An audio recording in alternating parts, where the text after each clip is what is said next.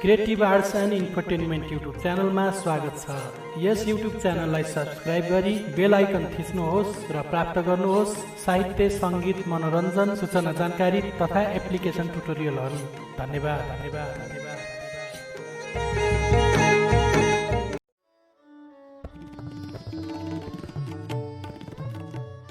Creative arts and infotainment channel हेरेर वा सुनेर बसिरहनुभएका मेरा आदरणीय दर्शक एवं श्रोताहरूलाई म अजन्ता पोखरेलको न्यानो अभिवादन र शीतल माया।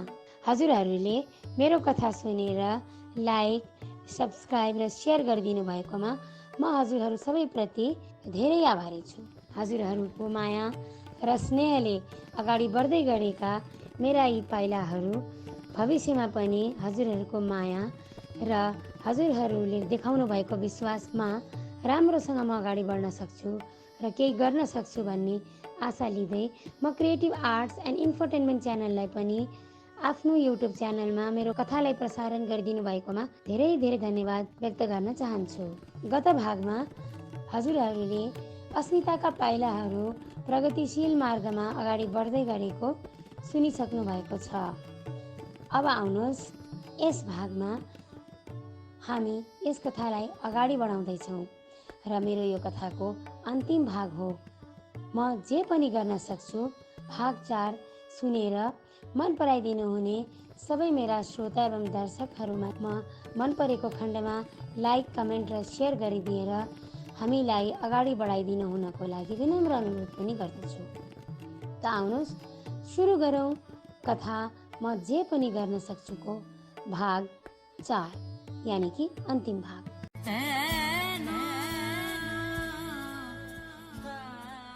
अब अस्मिता बिस्तारै बिस्तारै आफै सबैतिर आउन जान थालिन्।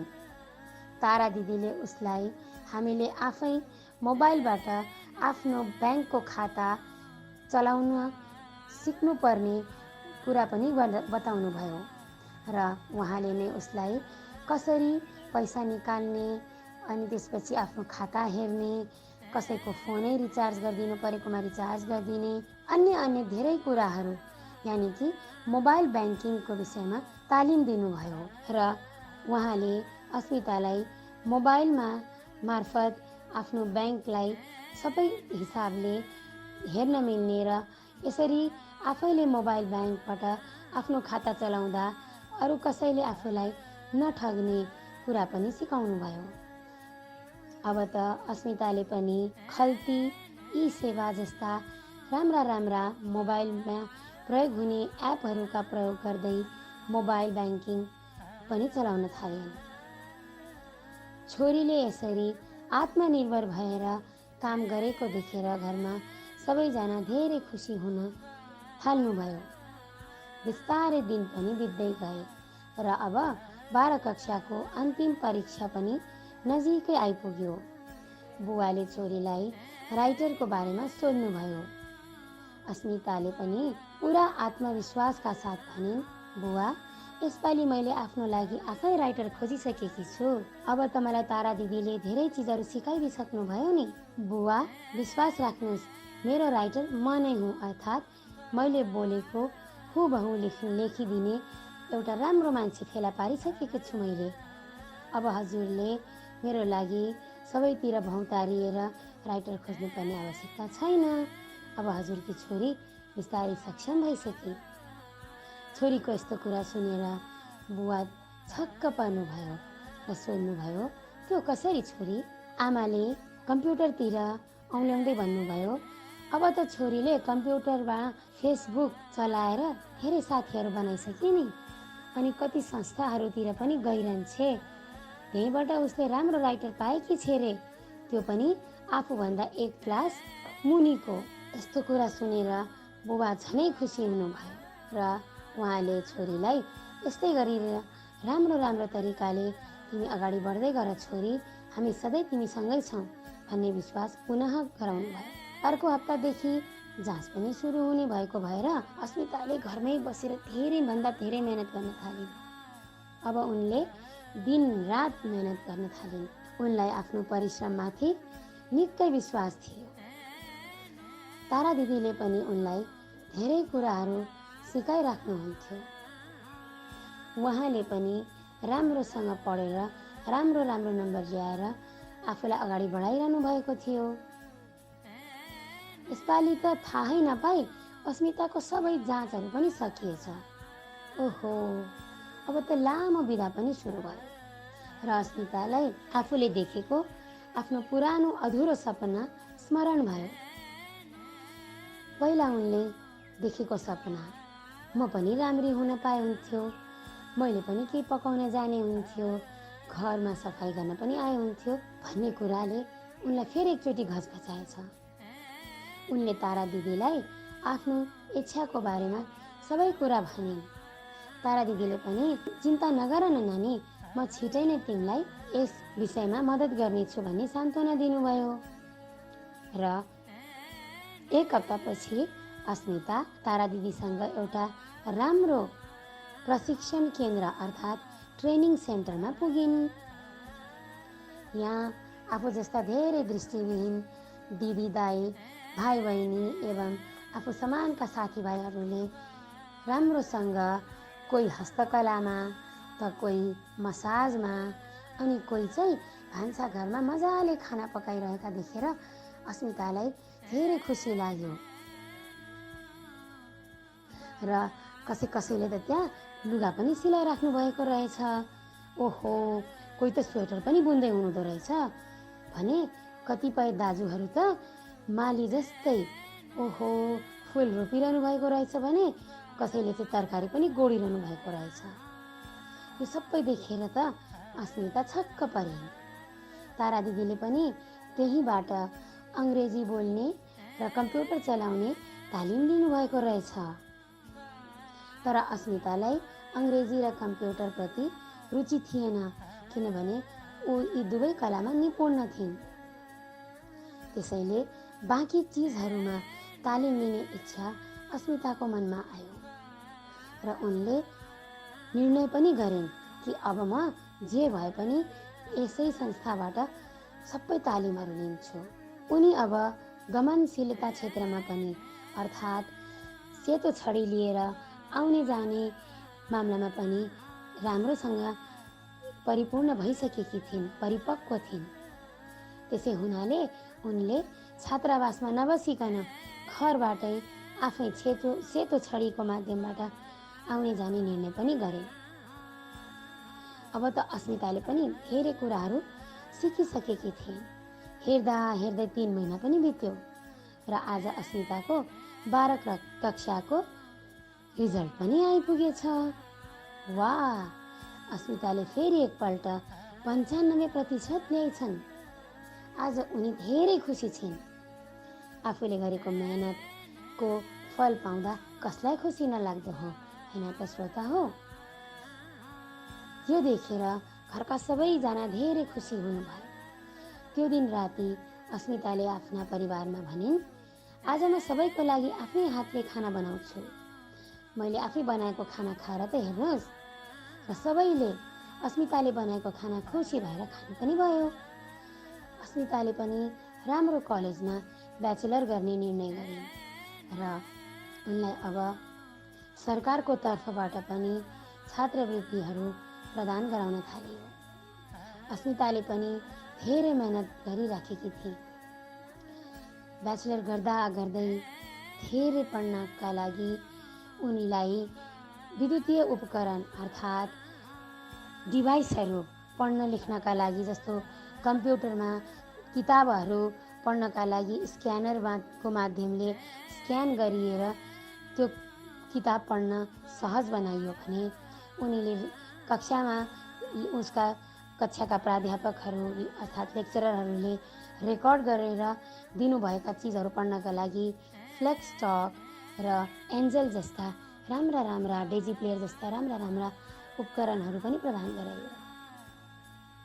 र यो सबै चिजहरू अस्मिताले आफै चलाउँथिन्। उनीले कहिले पनि कसैसँग यस्ता चिजहरू चलाउनका लागि मद्दत मागिनन्। हो, कुनै चिजहरू नआएको खण्डमा उनी तारा दिदी र आफ्नो ट्रेनिङ सेन्टरमा भने अवश्य जान्थिन्। कलेजमा एउटा राम्रो उदाहरणको रूपमा अस्मिता अगाडि बढिराखेकी थिइन्। यसै बीच तारा दिदीको पनि विवाह भयो। उहाँले आफूले जस्तै दृष्टिविहीन एकजना टिचरसँग विवाह गर्नुभयो। ओहो, अस्मिता दिदीको विवाहपछि त हजुरआमाको मनमा मेरी नातिनीको पनि भोलि विवाह हुन सक्ने रहेछ भन्ने विश्वास उम्रिन थाल्यो र उहाँको मनमा एउटा नयाँ रहर पनि पलाउन लाग्यो। कहिले मेरो नातिनीको विवाह होला र म हेर्न पाउला भन्ने कुरा उहाँले सोच्नुहुन्थ्यो।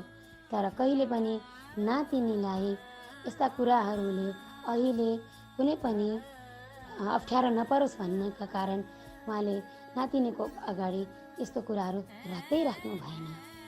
तर हजुरआमाले र आमाले अस्मिताको विवाहको सपना भने सँगै देख्नुहुन्थ्यो। ब्याचलर डिग्रीको अन्तिम परीक्षा पनि सकियो र परीक्षा फल पनि आयो। कति राम्रो है। आँखा नदेखे पनि अस्मिताले ब्याचलरमा पनि 85% ल्याइछन् र दीक्षान्त समारोहभन्दा पहिला अस्मिता कलेजमा एक्लो दृष्टिविहीन छात्रा भएकाले अमेरिकाबाट आत्मरक्षा तालिमका लागि दृष्टिविहीन विद्यार्थीको छनौट गर्नु परेको खण्डमा अस्मितालाई उसको कलेजबाट छनौट गरियो, यानि कि चुनियो। अस्मितालाई कलेजका प्रिन्सिपलले भन्नुभयो, हाम्रो कलेजमा अरू कुनै ब्लाइन्ड केटीहरू पनि छैनन् र अस्मिता साह्रै राम्रो, एकदम बुद्धिमान, मेधावी विद्यार्थी हो। त्यसैले ब्याचलर डिग्रीको अन्तिम परीक्षाफल आए तापनि हाम्रो कलेजबाट हामी अस्मितालाई नै अमेरिका पठाउने निर्णय गर्दैछौँ। अस्मिता, तिमी वहाँ सेल्फ डिफेन्सको ट्रेनिङको लागि हाम्रो कलेज र हाम्रो देशको लागि नै प्रतिनिधित्व गर्दैछौ। राम्रो गर है छोरी भन्दै उसको टाउकोमाथि हात राख्दै प्रिन्सिपलले अमेरिकाबाट आएको सबै दस्तावेजहरू यानि कि डकुमेन्टहरू अस्मिताको हातमा दिनुभयो र भन्नुभयो, तिमीलाई धेरै धेरै शुभकामना। अस्मिताले अमेरिका जाने मौका पाएको खण्डमा उनी पनि धेरै खुसी थिए। ओहो, सेल्फ डिफेन्स, आत्मरक्षाका लागि जाँदैछु म, त्यो पनि 15 दिनका लागि। अब मैले आफ्नो कलेज र आफ्नो देशको नाम गर्नै पर्छ। नातिनीको यति राम्रो प्रगति देखेर हजुरआमा धेरै खुसी हुनुभयो। उहाँलाई त स्वर्गानन्द नै अनुभूति भयो भने बुवा र आमालाई पनि आफ्नी छोरीमाथि धेरै गर्व भयो। माधव सरले पनि आफ्नी शिष्याले गरेको यो यस्तो राम्रो काम र उनले पाएको ख्याति देखेर आफूलाई धेरै सौभाग्यशाली ठान्न थाल्नुभयो।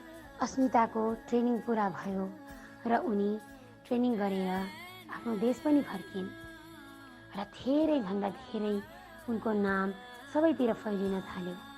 रिटायरमेन्ट पछि माधव सर पनि पुनः काठमाडौँमै बसोबास गरिरहनु भएका हुनाले अस्मिता नेपाल फर्केको भोलिपल्टै उहाँ अस्मितालाई भेट्न उसको घर आउनुभयो र आफ्नी शिष्यालाई धेरै शुभकामना पनि दिनुभयो। आज अस्मिताका लागि सबैजना एउटा राम्रो कल्पना र सपनाहरू देख्न थालेका थिए। अस्मिताले गर्दा उसको कलेजको पनि नाम झनै माथि माथि पुग्यो। अब कलेजको दीक्षान्त समारोह पनि आयो र वहाँ अस्मिताका माधव सर, उसको हजुरआमा अनि उसको बुवा र आमा सबैजना उपस्थित हुनुहुन्थ्यो।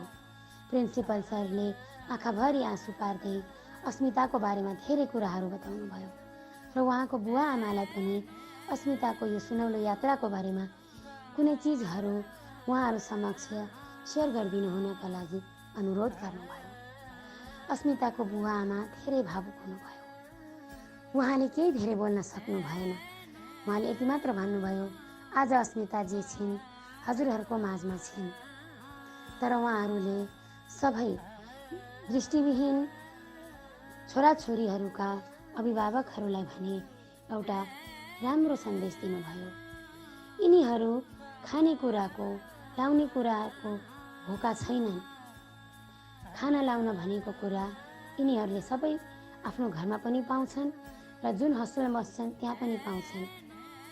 यस्ता विद्यार्थीहरू त मौकाका भोका छन्। यिनीहरूलाई यदि राम्रो अवसर दिने हो भने यिनीहरूले आँखा देख्नेले भन्दा पनि राम्रा र ठुला ठुला कार्यहरू सम्पन्न गरेर देखाउन सक्छन्। मलाई मेरी छोरीमाथि धेरै गर्व छ। हेर्नुहोस् त, आँखा नदेखे तापनि कति राम्रो पढेकी छिन् र कति अगाडि बढेकी छिन्। आज यिनले के गर्न सक्दिनन् र? घरका कामदेखि लिएर पढाइ लेखाइ र अब त आत्मरक्षा पनि गर्न सक्छिन्। देशमा भएका विपासुहरू, कुकृति गर्नेहरू यस्तालाई भोलि राम्रो पाठ पढाउन सक्छिन् यिनले। र म सबै अभिभावकहरूमाथि भरोसा राख्दै आज यही भन्न चाहन्छु कि हजुरहरूले आफ्नो घरमा जन्मिएका दृष्टिविहीन छोराछोरीहरूलाई कुनै काम नलाग्ने वस्तु सम्झेर कतै पनि नफ्याँक्नुहोला, किनभने भोलि त्यही छोराछोरीले हजुरहरूको नाम राख्न सक्छन्। अस्मिताको बुवाको यति राम्रो कुरा सुनेर सबैजना धेरै खुसी हुनुभयो र तालीका साथ अस्मितालाई सबैले कलेजबाट बिदा गरे। त्यसपछि अस्मिताले मास्टर पनि गरे। त्यसपछि त अस्मिता अगाडि बढ्दै गए। त्यसै बेला उनको हजुरआमाको पनि स्वर्गवास भयो। हजुरआमाले नातिनीको जागिर भएको भने देख्न पाउनु भएन। 6 महिनापछि बुवाको जागिर पनि सकिनेवाला थियो। अब अस्मिताले भने आफूलाई अझै सक्षम बनाउनु परेको मनमा ठान्न थालिन्, किनभने बुवाको रिटायरमेन्ट पछि त अस्मिताले नै घर चलाउनु पर्छ। मैले नै छोरा भएर आफ्नो बुवा आमालाई राम्रोसँग राख्नुपर्छ र उहाँहरूको धेरै सेवा गर्नुपर्छ भन्ने कुरा अस्मिताले बुझिसकेकी थिइन्। आफूप्रति अगाडि बढ्दै गरेको जिम्मालाई पुरा गर्नका लागि अब उनीले झनै मेहनत गर्न थालिन् र सबै कलेजहरूमा उनीले बिस्तारै बिस्तारै आवेदनहरू दिन थालिन् र भाग्यले साथ छिटै दियो। 3 महिनापछि अस्मिताको घरमा एउटा फोन आयो। अस्मितालाई फोनमा काठमाडौँको एउटा राम्रो सरकारी कलेजमा एउटा प्राध्यापक अर्थात् लेक्चररको रूपमा नियुक्त गरिएको कुरा सूचित गराइयो। यो कुरा सुनेपछि त अस्मिता धेरै खुसी भइन् र आज आफ्नो मेहनत, तारा दिदीको सहयोग, परिवारको माया र सहयोग प्रति धेरै आभार व्यक्त गरिन्। अब उनीले आफ्नो बुवा आमालाई यो कुरा पनि भनिन्। यसैबीच कलेजमा नियुक्त भएकी अस्मितालाई भेट्न भने पत्रकारहरूको पनि घुइँचो लाग्न थाल्यो। अनि अस्मितालाई त्यहाँ सोधियो, अस्मिताजी, तपाईँले त आँखा देख्नुहुन्न, यो छामेर चाहिँ तपाईँले कसरी पढ्नुहुन्छ त? यस प्रश्नको उत्तरमा अस्मिताले भनिन्, यसलाई ब्रेल लिपि भनिन्छ। यो ब्रेल लिपिले गर्दा हामीले पढ्न लेख्न सक्षम हुन्छौँ। र सबैभन्दा गर्वको कुरा के हो भने हाम्रो नेपाल देशमा यो ब्रेल लिपि भित्र्याउने पनि हाम्रै नेपालका एकजना दृष्टिविहीन सर हुनुहुन्छ। उहाँको नाम स्वर्गीय जङ्गबहादुर बोगटी थियो। उहाँ भारत गएर जवाहरलाल नेहरूको सहयोगबाट देहरादुनमा तालिम लिएर उहाँले देहरादुनको NIVH भन्ने संस्थाबाट नै सबै तालिम सकाएपछि काठमाडौँमा पनि अर्थात् नेपालमा पनि ब्रेल लिपि भित्र्याउनु भएको हो रे। यो कुरा सुनेर सबैजना धेरै खुसी हुनुभयो र ब्रेल जनक, काठमाडौँका नेपाली ब्रेल जनक जङ्गबहादुर बोगटीजी, जो उहाँको मुख्य घर चाहिँ बजाङ अछामतिर थियो, उहाँलाई मनै मन नमन गर्नुभयो।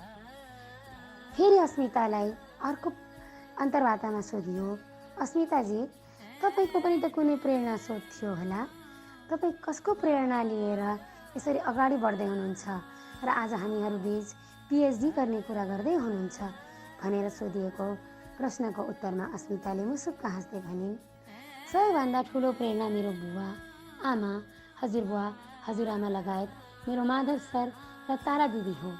म तारा दिदीबाट धेरै प्रेरित छु। उहाँले मलाई धेरै चिज सिकाउनु भयो र पिएचडी गर्ने कुरामा म हाम्रै नेपालकी प्रथम दृष्टिविहीन महिला डाक्टर आदरणीय श्वेता सिंह प्रति धेरै धेरै धेरै प्रेरित छु। म्याडम श्वेता सिंहजीले भारतको जवाहरलाल नेहरू युनिभर्सिटीबाट पिएचडी गर्नुभएको हो। उहाँको अन्तर्वार्ता पनि सुनेको छु मैले र त्यसपछि मैले पनि उहाँबाटै प्रेरित भएर पिएचडी गर्ने निर्णय गरेकी हुँ। यो कुरा सुनेपछि त झन् सबैजना धेरै खुसी हुनुभयो। अब अस्मिताले बिस्तारै बिस्तारै कलेजमा झनै राम्रो काम गर्न थालिन्।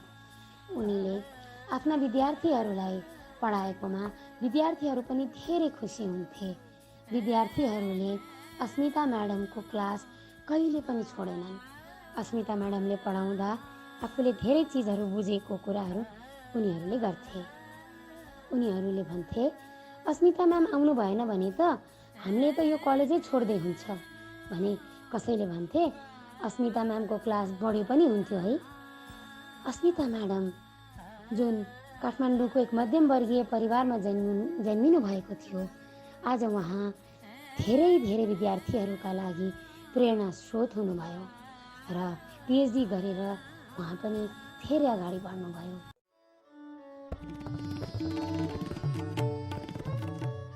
साथी हो, हजुरहरूलाई यो कथा कस्तो लाग्यो? यस कथाको मुख्य उद्देश्य भनेको हामी जस्ता दृष्टिविहीन साथीहरूलाई अवहेलना होइन, मायाको खाँचो छ। हामीहरूलाई दया होइन, अवसरको खाँचो छ। अवसर दिइने हो भने हाम्रा देशका कतिपय दृष्टिविहीन महिलाहरू जस्तै निर्मला गेवालीज्यू पनि आफ्नो क्षेत्रमा धेरै अगाडि बढ्नु भएको छ। उहाँले लगभग 24-25 महिना अमेरिका बसेर धेरैभन्दा धेरै तालिम गर्नुभएको छ भने इच्छा केसीजी जस्ता पहिचान नेपाल भन्ने एउटा राम्रो संस्था चलाएर कतिपय हाम्रा नेपाली दृष्टिविहीन दिदीबहिनीहरूलाई प्रशिक्षण कार्यहरू गराउँदै हुनुहुन्छ। त साथी हो, यस्ता कुराहरू गर्दा अरू पनि धेरै महानुभावहरू हुनुहुन्छ जसलाई हामीले बिर्सिनै सक्दैनौँ। त्यसैले म अजन्ता पोखरेल आफ्नो यस कथाको माध्यमबाट सबै बुवा आमा या सबै टिचर्सहरू सबैलाई यही सन्देश दिन चाहन्छु कि जसरी अस्मिताले म जे पनि गर्न सक्छु भन्ने भावना लिएर अगाडि बढिन् र आज सफल नेपाली नागरिकको रूपमा चिनिन्, त्यसै गरी हाम्रो घरमा भएका दृष्टिविहीन छोराछोरीहरू पनि यही भावना लिएर बसेका छन्। उनीहरूलाई मौका दिनुहोस् र अगाडि बढ्न दिनुहोस्। उनीहरूले हजुरहरूको नाम अवश्य नै राख्नेछन् भन्ने विश्वासका साथ क्रिएटिभ आर्ट्स एन्ड इन्फोटेनमेन्ट च्यानललाई पुनः धन्यवाद गर्दै यस कथाको श्रृङ्खलाबाट बिदा लिन चाहन्छु र छिटैभन्दा छिटै अरू नै कुनै रमाइला जानकारी अथवा कुनै कथा, कविता र धेरै सामग्रीहरू लिएर आउने बाचा गर्दछु।